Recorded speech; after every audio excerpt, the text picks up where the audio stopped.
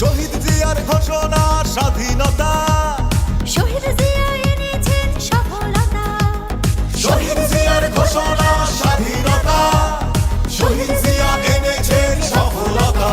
শহীদ জিয়ার হাতে গড়া জাতীয়তাবাদী দল, দেশবাসী পেয়েছে শক্তি মনোবল। শহীদ জিয়ার হাতে গড়া জাতীয়তাবাদী দল, দেশবাসী পেয়েছে শক্তি মনোবল। দেশ জাতি ভুল